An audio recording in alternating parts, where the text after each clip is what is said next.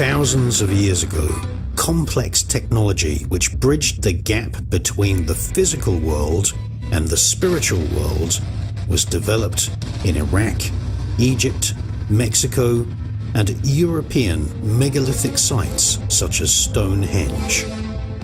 Buried deep inside sacred mounds of earth in Göbekli Tepe in Turkey, in Egypt, in Iran and Iraq, and also buried deep under the pyramids of Mexico, we have discovered statues of very strange demons. Alongside these statues are other artifacts which resemble the components of electrical circuits, such as the Jed pillar, which looks suspiciously very similar to a Tesla coil. In the ancient world, electricity was being generated using batteries filled with acid vinegar, and these devices created a flowing energy which was used by the Illuminati royal families of ancient Egypt, ancient Iraq, ancient Britain, and ancient Mexico to make psychic contact with spirits, angels, and demons. These devices in turn inspired the greatest scientists of the modern world, some of whom were members of secret societies which hosted seances in which ectoplasm and technological apparatus were used to show us images of the spirit world. All this technology was kept utterly secret. Welcome to the world of forbidden electrical, psychic, spiritual technology. Welcome to the world of forbidden TV.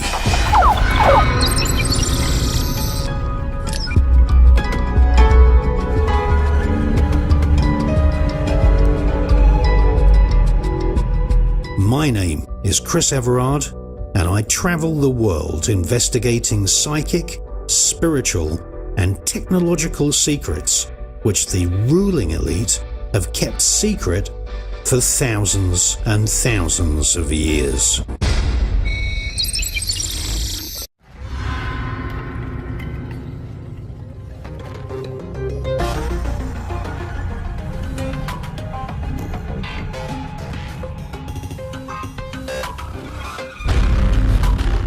In this episode, we take to the skies of Egypt with the DJI Inspire Super Drone. We use 4K stereoscopic cameras and a special contrast and laser scanning app from Adobe to reveal secret chambers inside the pyramids of Giza. We reconstruct brand new 3D models of the Great Pyramid from our 4K super resolution images, and for the first time ever on film can confirm that the Great Pyramid is actually a honeycomb structure with many more niches, nooks and small chambers than previously thought.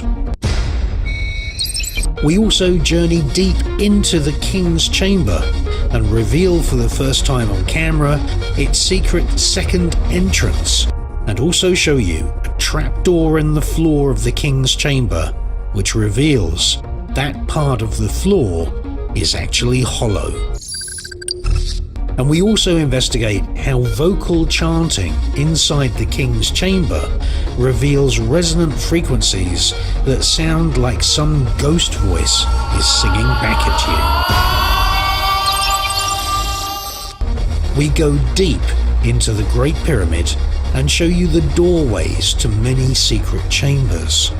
Inside the King's Chamber, we conduct experiments with chanting and acoustics, and we reveal the so-called hidden voice of the King's Chamber, which is its sacred resonant frequency known as Om. And also in this episode, we explore underneath the catacombs of the Vatican in Rome and discover the Pope's most holy relic, which shows St. Peter in the form of a hallucinogenic mushroom. Giza, Egypt. This plateau is where a large number of megalithic Greco-Roman, Macedonian and Egyptian pyramids, temples, lodges, chapels and monuments to the gods have been built over thousands of years. We already know about shafts and tunnels and chambers inside most of the Egyptian pyramids. But new imaging, high contrast technologies and the use of GoPro Session 5 cameras have enabled us to laser map new 3D models of all the Giza pyramids. Our 3D models are based on high contrast images from the DJI Inspire Super Drone. By raising the threshold luminosity of our images, we end up with a much simplified image of each Giza pyramid. This high-resolution, simplified image allows us to see indentations, nooks, niches, and even small cavities in the structure of the Giza pyramids. By mapping just the contour and shape of individual stone blocks, we can see many niches and small chambers close to the exterior surface of each of the Giza pyramids. So join us now on an epic voyage of discovery as we also explore the bizarre acoustic cymatic properties inside the King's Chamber of the Great Pyramid. This documentary is produced by the Enigma channel. The Enigma channel is like WikiLeaks, but instead of reading documents about secret subjects, you can put your feet up and watch thousands of documentary films and TV shows about secret subjects. The Enigma channel produces documentary TV series and movies about subjects which the mainstream media ignore. Enigma channel movies are not on YouTube, they're not on Netflix, and are exclusive to the Enigma channel. Enigma TV shows are made for a mature, well-informed audience, and many of our subjects are just simply not suitable for a video sharing website. Every week we are out and about filming in ancient temples, pyramids and cathedrals, bringing you up-to-date documentary films about the occult, conspiracies, the secret space program, paranormal research, and a whole load of other subjects which would normally be censored from mainstream TV. Our latest movie is an investigation into voodoo, the paranormal, and spirit communication. Sign up at enigmatv.com or visit our members site at enigmachannel.com. In exchange for a small annual donation, you get exclusive access to thousands of great TV shows and movies.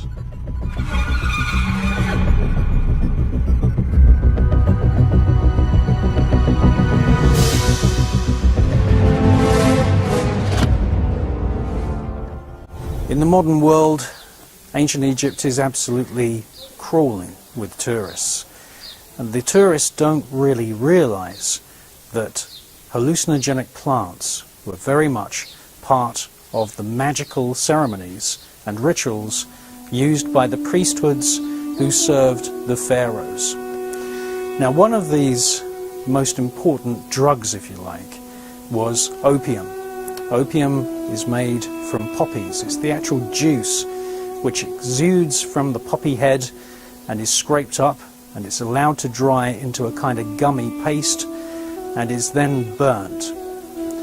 What is amazing is that here at Karnak we see pharaohs, kings and queens with opium pipes, and their opium pipes very much resemble the types of pipes which we normally associate with the Oriental world, such as the opium dens of Victorian Hong Kong.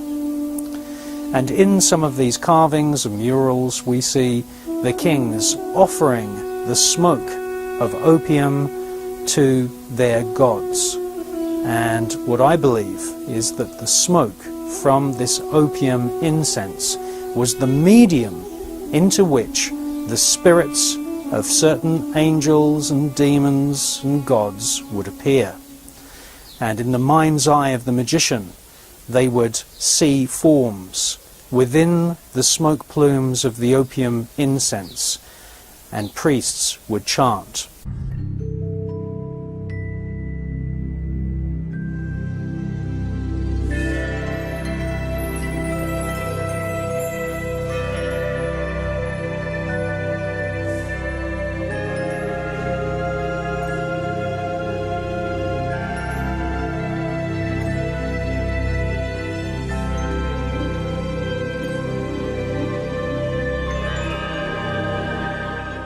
We now go inside the Great Pyramid of Giza, and in this part of the show we're going to investigate the various secret chambers and doorways and film them for the very first time using 4K high-resolution cameras. And we start off in the King's Chamber of the Great Pyramid of Cheops. In the right-hand corner behind the sarcophagus there is this trap door. It's about 4.5 feet long. It's about 1.5 feet wide. There is a hole which shows that there is a cavern underneath the floor. And the last time I was in the Great Pyramid, I met an official engineer from the Department of Antiquities. And he told me that there has been a geophysics survey 3 times of this particular area of the King's Chamber, once in 1990, once in 2000, and once in 2010. And there is a small tunnel extending out from the floor, just below the floor of the King's Chamber, at an angle to the corner. And it extends out about 8 to 10 feet. And this official engineer, his name was Mohammed, told me that the tunnel ends in a dead end. And the question is this: why is the floor of the King's Chamber built in such a way that there can be a cavity underneath it with a tunnel extending out from the corner?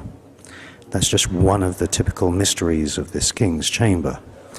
Also, above the actual trapdoor, there is an extended corner joint, and it looks as if the corner block to the back of the sarcophagus actually has been cut into a slight curve, so that the corner is actually curved within the actual block itself, rather than just 2 blocks joining each other as you would have in normal masonry. The other corner behind the sarcophagus is yet another place which tourists rarely look at. And an Egyptologist called J.P. Lepre made it clear that in 1990 there was an extremely wide joint between 2 blocks. This is in the left-hand corner of the King's Chamber behind the sarcophagus. I interviewed an archaeologist from the Egyptian Department of Antiquities second to last time I was here in the King's Chamber, and he said that this joint had been the subject of some restoration work. And if we look at this, it's very clear that someone at some time in the recent past has hacked and chipped and chiseled their way through this joint. And in Alan Alford's book, Pyramid of Secrets, and also in the journals of an Egyptologist called J.P. Lepre, we know that there's been suspicions about this particular block, and people have said that this could be a secret entrance to the King's Chamber. At the moment, it seems to have been filled in with cement, but we know that there's been lies, cover-ups and corruption amongst some of the officials of the old Egyptian antiquities regime, and thankfully those people have now been replaced and removed. One can only assume that this block was once removed and there was an excavation behind it. And the reason that I assume that is because for a very long time, in recent years, the public have been stopped from entering the King's Chamber. Above this block, there is another very, very big seam that's been hacked and chipped and chiseled away.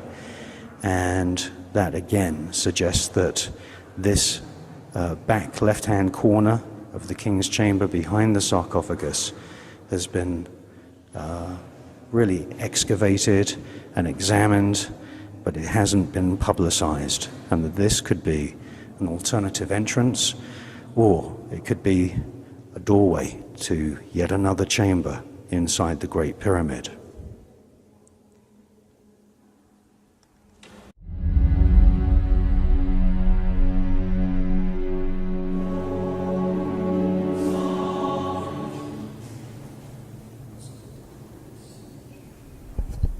That's called the pyramid effect. No kidding. Cameras and audio recorders and anything electronic go very, very strange.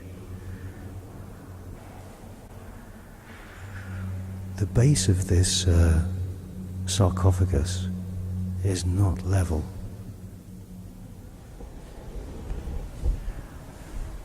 There are lots and lots of people who come from all over the world to make voice and sound experiments inside the King's Chamber.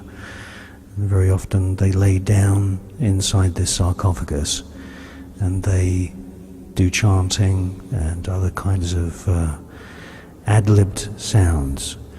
And inside this sarcophagus, over the last few visits, we found gemstones and little crystals that have been left here by various people.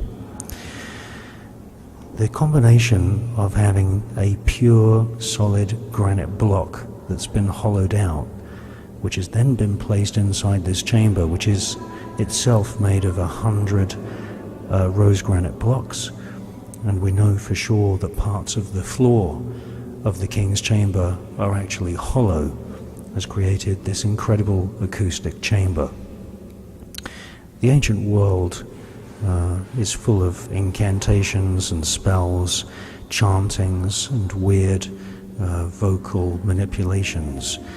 And people in the priesthoods of ancient Egypt used to call out the names of their gods in spiritual invocations. Now it seems that the resonant frequency is somewhere around the typical chanting frequency that you find in India, and that is usually what we call the Om, the sacred sound of Om.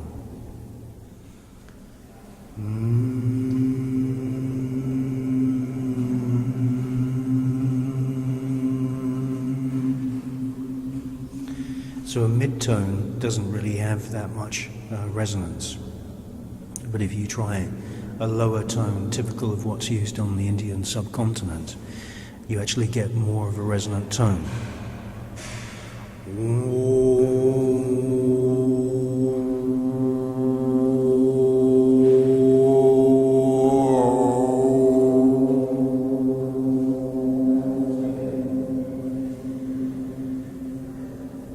There's no question that the typical Om sound is the resonant frequency of this chamber. I'll try it once more. Ooh.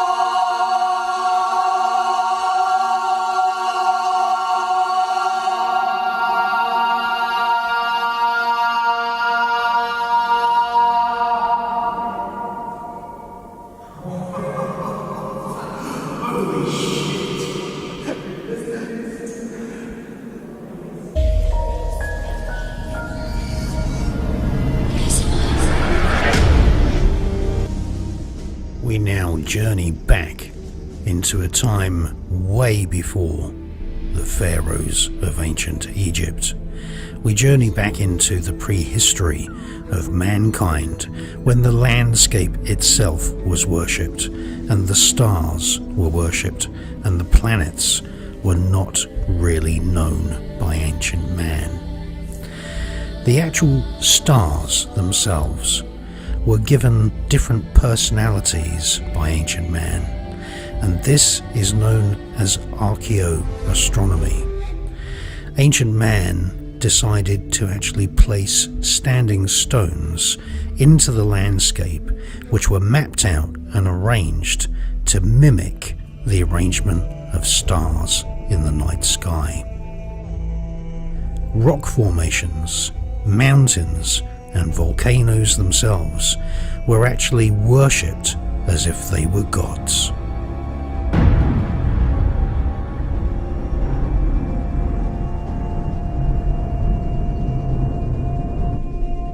Every great religion started out as a small, crazy cult.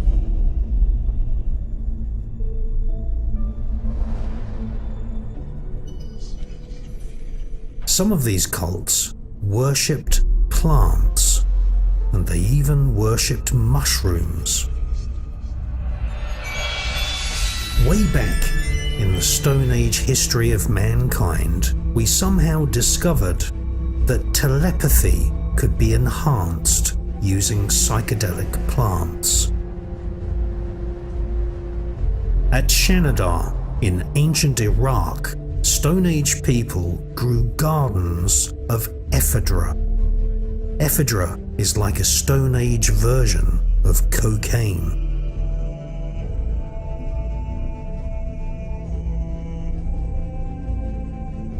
They also grew vines of the morning glory plant, and the tendrils of morning glory ended up being featured as a motif on one of the royal crowns of ancient Egypt. But it is far more than just telepathy which drove ancient mankind to cultivate psychedelic plants. In the Sahara of Algeria and Libya, a great mushroom god existed. They drew his image on the wadis of Algeria.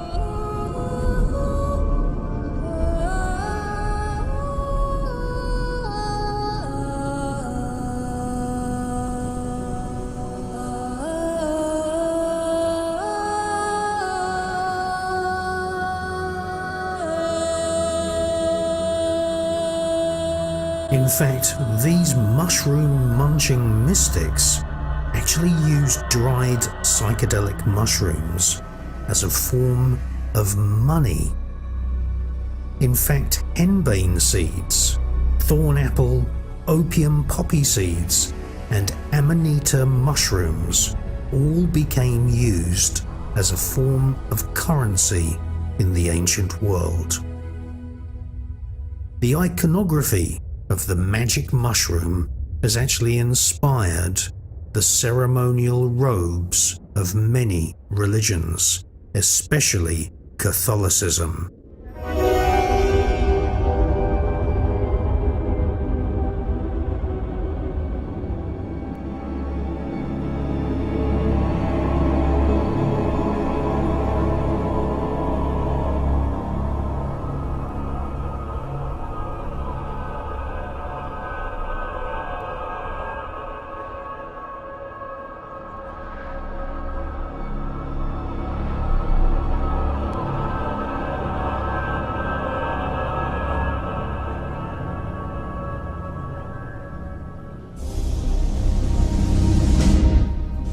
Périgord in France is where we find prehistoric caves.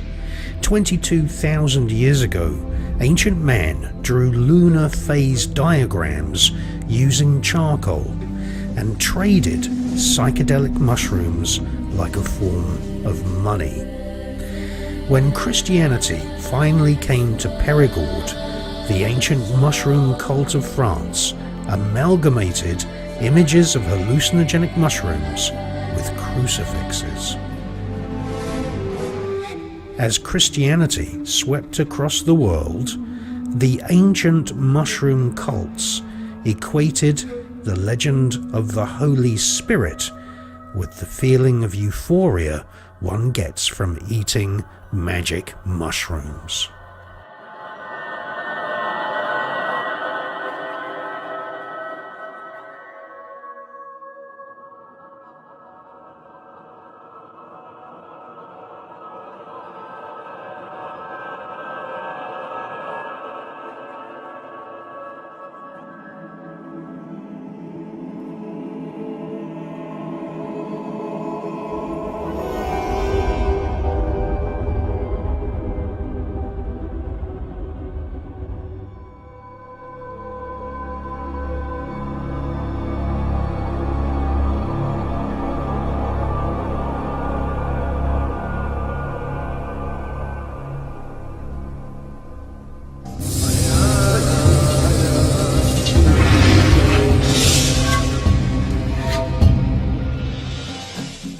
Stone Age psychedelia is the most in-depth investigation into the kings and queens of the ancient world. It's a book which is far more than just about drugs in the ancient world. It proves that the richest families who ever walked the face of the planet gained their riches by dealing in opium, cocaine, hashish, and tobacco. Stone Age psychedelia proves that the psychedelic experience is at the root of all religions. Stone Age psychedelia is available exclusively with a free DVD documentary film from ChristopherEverard.com and also from ChristopherEverard.co.uk.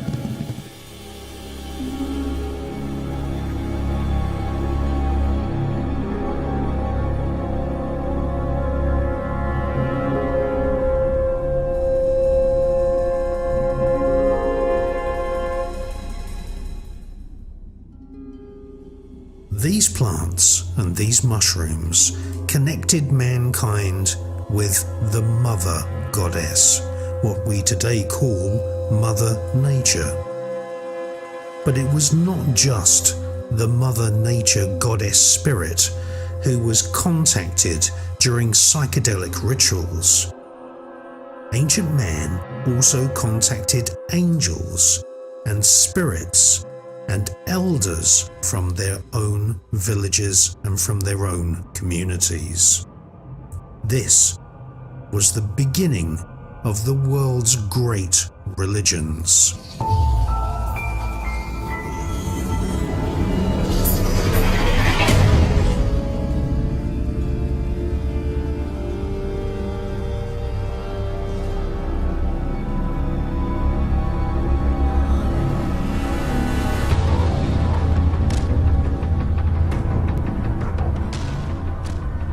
From the Himalayas, where temple ball hashish was made, to the deserts of Mexico and the deserts of Arizona, where mushrooms were cultivated by the Huaca and the Anasazi, we know that the root of all great religions is seated into the world of psychedelic plants.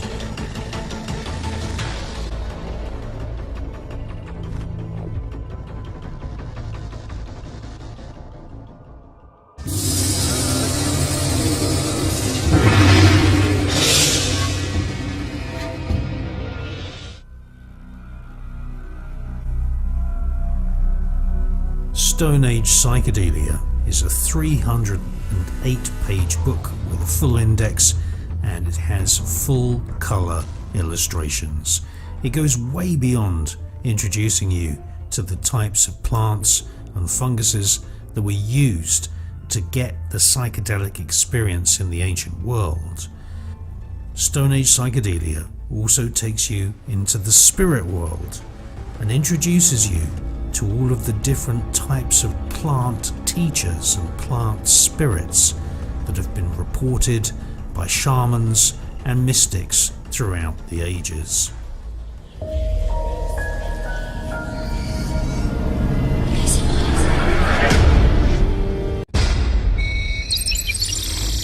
There is a longer, more in-depth version available on the Enigma channel.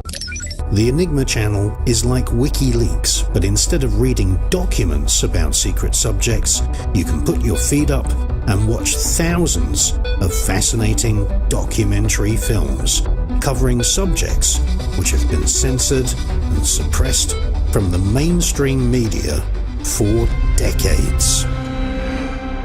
The Enigma channel is a 100% independent TV network with documentaries and TV shows which are not available on YouTube, not on Netflix, and are unique to the Enigma channel.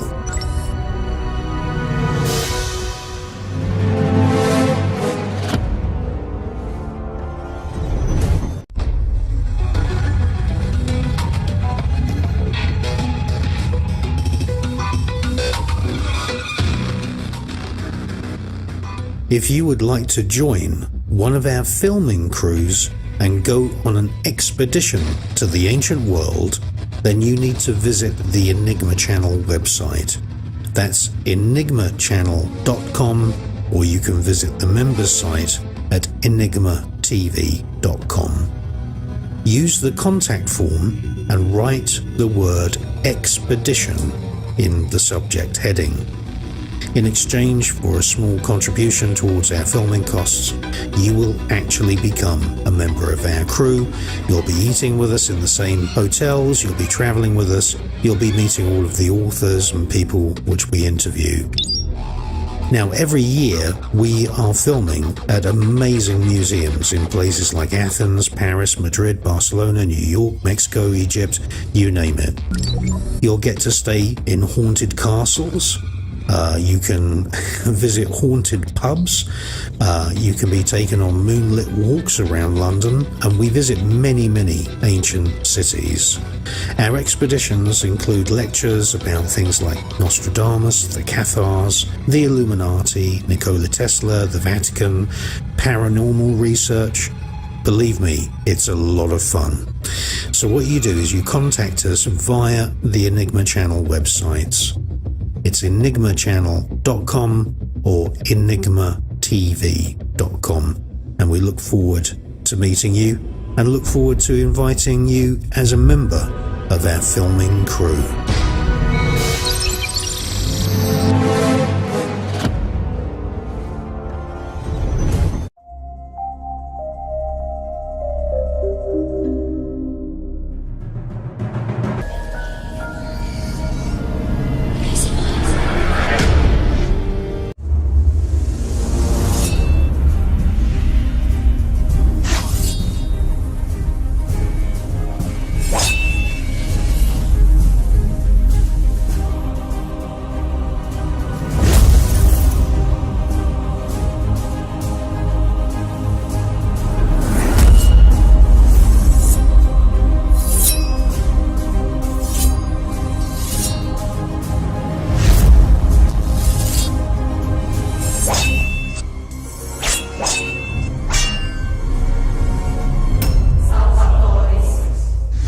The Enigma channel is rather like WikiLeaks, except instead of reading documents about secret subjects, you'll be watching documentary films.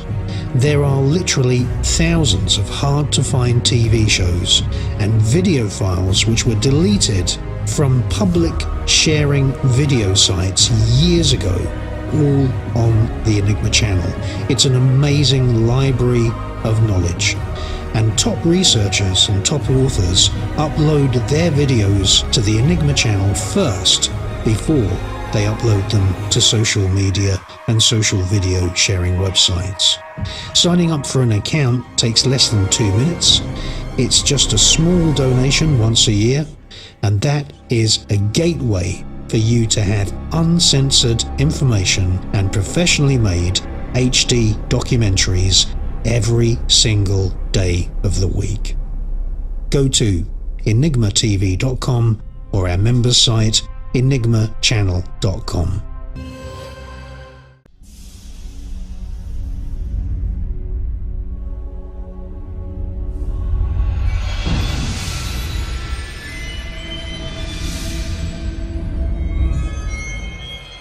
The Garden of Eden had a tree with forbidden fruit. Forbidden, that is, unless you were a person who wished to gain knowledge. The Greek word for knowledge is gnosis, and this is a code word for the hallucinogenic messages which come from the spirit world.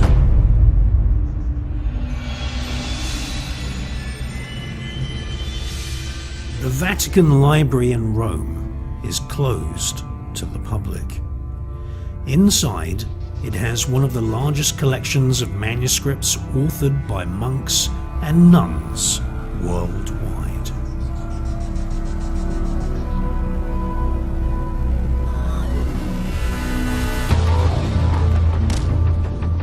Now, for 350 years, the Marrano Jews, who are known as the Conversos, they were running the Inquisition of the Vatican.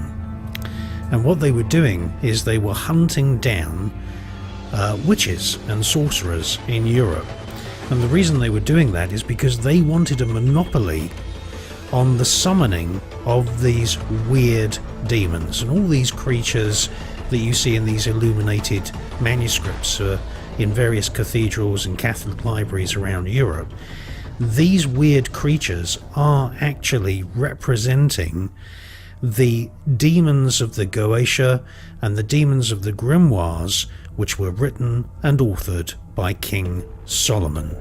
And the Vatican and the Inquisition wanted a complete monopoly on the summoning of these weird devils, demons, and nasty psychic creatures.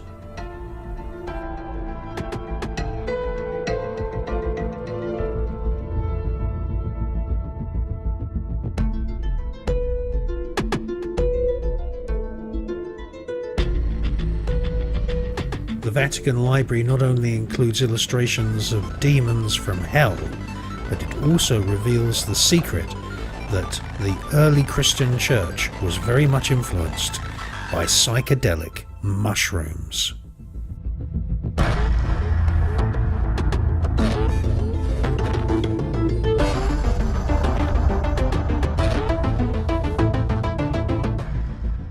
These illuminated manuscripts are full of hallucinogenic images, hardly none of which have anything to do with the traditional Bible story.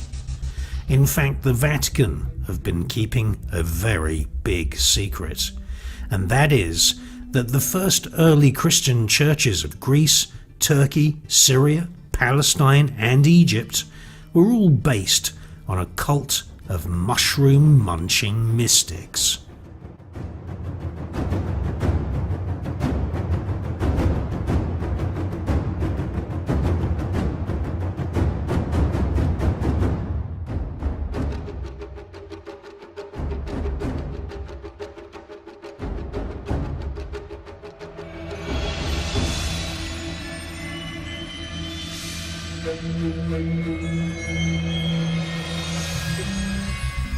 This is the Basilica d'Aquileia near Collimaggio in Italy. It's not far from the Adriatic Sea.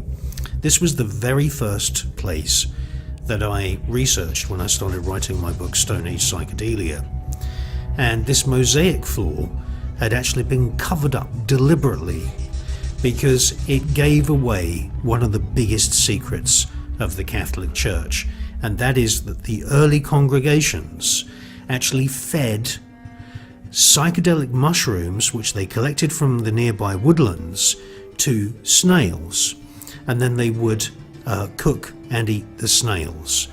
The advantage of this is that some of the unwanted effects of delirium that you get from some of the amanitas would be absorbed into the snails, and then by eating the snails you would just get the hallucinogenic effects. And then Hildesheim in Germany is also another very interesting place that has very old reproductions of these scenes from the Garden of Eden. You have God Almighty himself giving commands there to Adam and Eve, and you can clearly see that the tree in the center of the Garden of Eden, which has the forbidden fruit, is itself a psychedelic mushroom.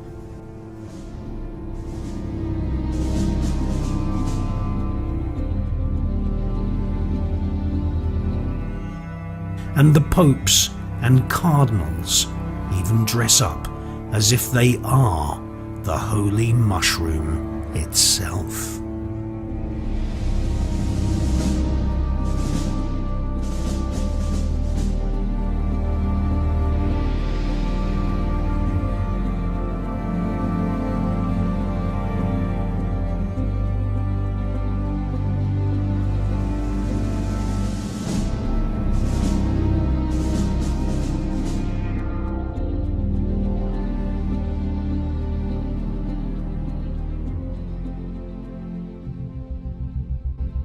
Now, the Amanita muscaria mushroom actually begins life as a small sphere, which then grows into an egg shape.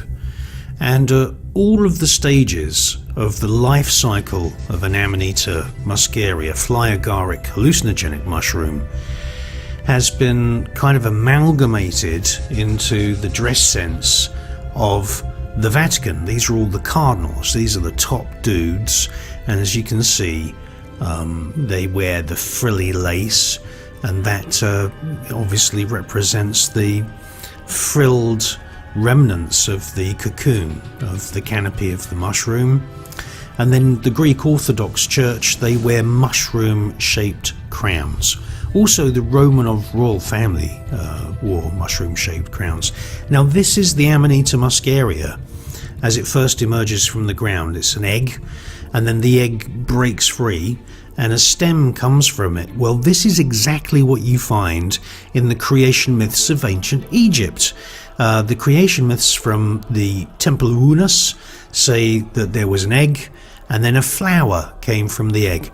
And this shape here, when the canopy first develops, you can clearly see that this is represented in ancient Egyptian iconography. And unfortunately, you know, there's people who organise these trips to Egypt and they know nothing at all about the spiritual telepathy of the actual Egyptian brotherhoods and priesthoods. And what we're left with today is really just basically the iconographic remnants of this mushroom cult. Are the Vatican, you know, still taking Amanita muscaria in special cliques and covens? Probably they are. And it's probably taking place down in the catacombs of the Vatican, where I was amazed to see that the most holy part of the Vatican, which is underground, it's called the Confessio, actually has a cross which is inverted, which is, you know, a symbol which I usually associate with Satanism. And I was pretty amazed to see that just recently broadcast on the TV news.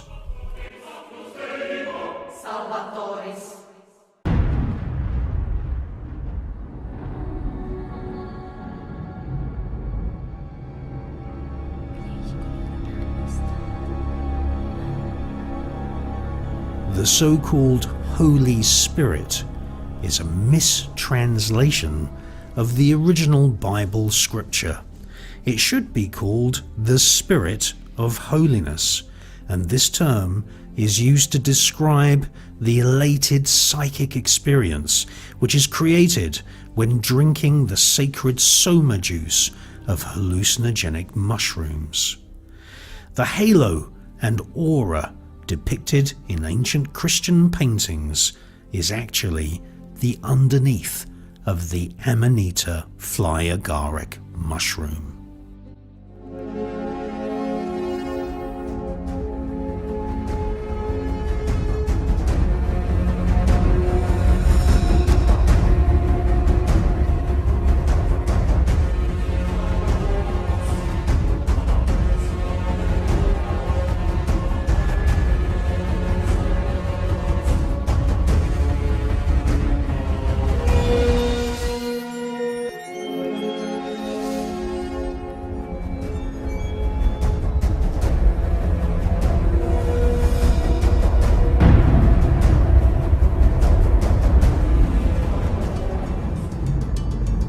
thousands of years, the shamans of Siberia have used psychoactive Amanita muscaria mushrooms, which are also known as fly agaric mushrooms. And these mushrooms assist their contact with the spirit world. Fly agaric was used in Pakistan, where the Rig Veda, one of the oldest religious scriptures known to mankind, predating the New Testament by at least 1,000 years, contains a series of verses praising and even worshipping a divine drink called soma.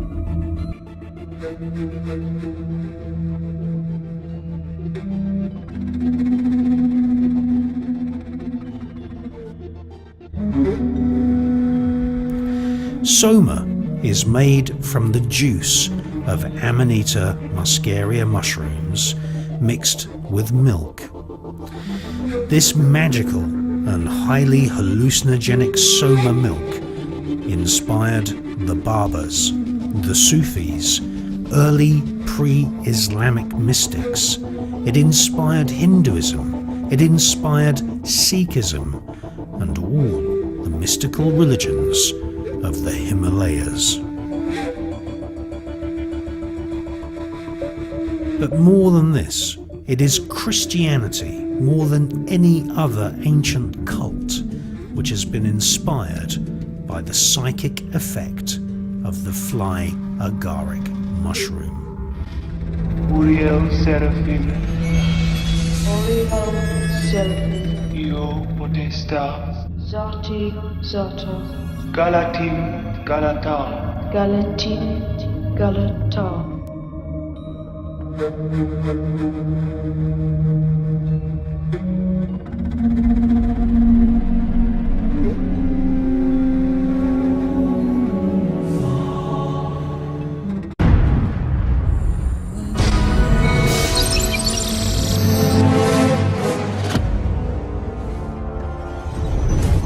Thank you very much for watching this episode. And if you head over to the official website, which is forbiddentv.net, you'll be able to download X-rated late-night versions of this show which investigate voodoo and Jack the Ripper. And you can also visit the Enigma channel and get a subscription and watch literally thousands and thousands of documentaries like this that I've produced over the years. My name is Chris Everard. Thank you for watching. I'll see you in the next episode, and we are going to be visiting Iran, Syria, Tibet, Nepal, India, Spain, France and Germany in the upcoming episodes. See you then.